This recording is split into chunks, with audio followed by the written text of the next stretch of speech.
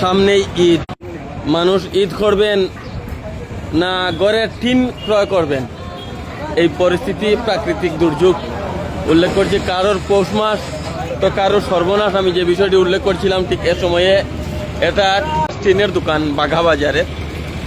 আর মানুষের অভিযোগ যে দামে আগে বিক্রয় হতো তার থেকে প্রতিটি বান্ডিলে 1000 1000 বেশি। আমার ছবি দিয়ে দেও আগে যে 3-4 হাজার আসলো 5000। আচ্ছা, হ্যাঁ আমার ছবি দিয়ে মানে উপায় নাই নিরুপায়, কিন্তু ঘৰত আৰু 1000 আগে নিচে 4000 টাকা করে বান, এখন এলে 5000 টাকা ছাড়া মানে না।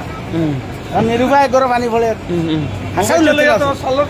তিন দেখছি আগে মানে টাকা 2500 বেশি মানে মাল যাও নিরুপায় তো নাই তো গরম একটা নয়া কইনা বেটি গাছে গরম সরম আছে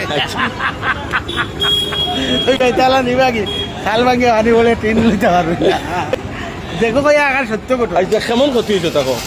কফি বেজান রাস্তা করার সারাদিন বদলা লাগে, সারাদিন বদলা লাগে, বুঝছো না? এখন ঘটনা হয়েছে এখন কিছু নিয়া 3-8 মান লাগবো আমার।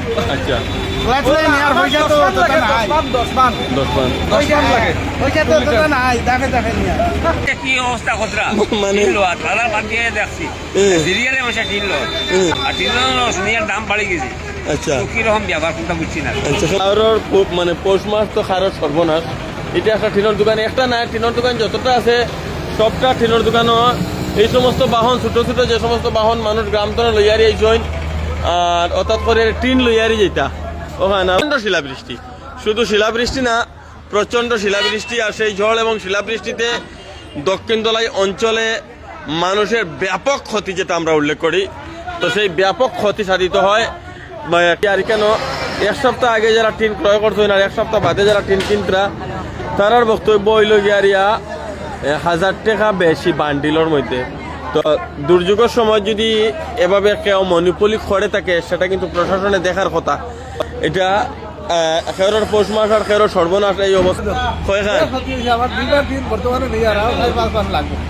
তারা সারা বছর অপেক্ষা তখন কোন দিন হিল দিত, তো হকুন অপেক্ষা তখন কোন দিন মানে মরবো আর কি। হ্যাঁ, ও অবস্থাটা মানে টিনের দোকানের। এখন আমি যে সময় আইছি এটা না, আমি যে সময় সকাল 7টার সময়ও মানে টোকেন দেওয়া শুরু হয় সকাল 7টার সময়। আর এখন তো যাইন যার ভাগ্যতা আছে তাই ভাইতরা অবশিষ্ট টিন নাই, বালা টিন নাই অনেক।